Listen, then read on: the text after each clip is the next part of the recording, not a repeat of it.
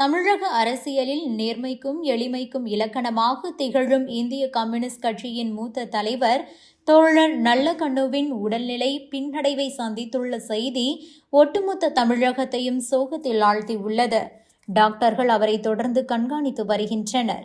100 வயதை கடந்த நிலையிலும் மக்கள் பணிகளுக்காக ஓயாமல் உழைத்த இந்த மாபெரும் தலைவர் நல்லகண்ணு தற்போது முதுமை மற்றும் உடல்நலக்குறைவு காரணமாக மருத்துவமனையில் அனுமதிக்கப்பட்டு தீவிர சிகிச்சை பெற்று வருகிறார். கடந்த 20 நாட்களுக்கும் மேலாக மருத்துவமனையில் மூச்சுத் திணறல் காரணமாக அனுமதிக்கப்பட்டார். தொடர் சிகிச்சை நடந்து வரும் நிலையில் நேற்று மாலை திடீரென உடல்நிலை பின்னடைவை சந்தித்தது. இதனைத் தொடர்ந்து முதலமைச்சர் மு.க. ஸ்டாலின் உள்ளிட்ட பல அரசியல் தலைவர்களும் நேரில் சென்று நலம் விசாரித்து வந்தனர்.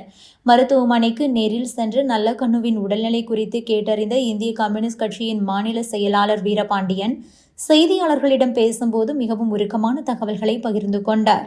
தோழர் நல்லகண்ணு உடல்நிலை தொடர்ந்து பின்னடைவை சந்தித்து வருவதாகவும் மருத்துவர்கள் தங்களால் இயன்ற அளவு கடுமையாக போராடி தீவிர சிகிச்சை கொடுத்து வருவதாகவும் தெரிவித்திருக்கிறார். இருப்பினும் அவரது உடல்நிலையில் எதிர்பார்த்த முன்னேற்றம் இல்லை என்பது தொண்டர்களிடையே வருத்தத்தை ஏற்படுத்தியுள்ளது. தற்போதைய சூழலில் கட்சியின் தலைமைக்கும் நல்லகண்ணுவின் குடும்பத்தினருக்கும் மருத்துவமனை நிர்வாகம் உடனுக்குடன் தகவல்களை வழங்கி வருவதாக குறிப்பிட்ட வீரபாண்டியன், தன் வாழ்நாள் முழுவதும் மக்களுக்காகவும் நாட்டுக்காகவும் போராடியவர் தற்போது இயற்கையோடு போராடி கொண்டிருக்கிறார் என தெரிவித்திருக்கிறார். கடந்த சில மாதங்களுக்கு முன்பும் இதேபோன்று உடல்நலக்குறைவு ஏற்பட்டு நல்லகண்ணு அவர்கள் மருத்துவமனையில் அனுமதிக்கப்பட்டார் என்பதும் குறிப்பிடத்தக்கது. வயது முதிர்வு காரணமாக அடிக்கடி உடல்நிலை சரியில்லாமல் போவதும் பின்னர் அவர் மீண்டு வருவதும் தொடர்கதையாக உள்ளது.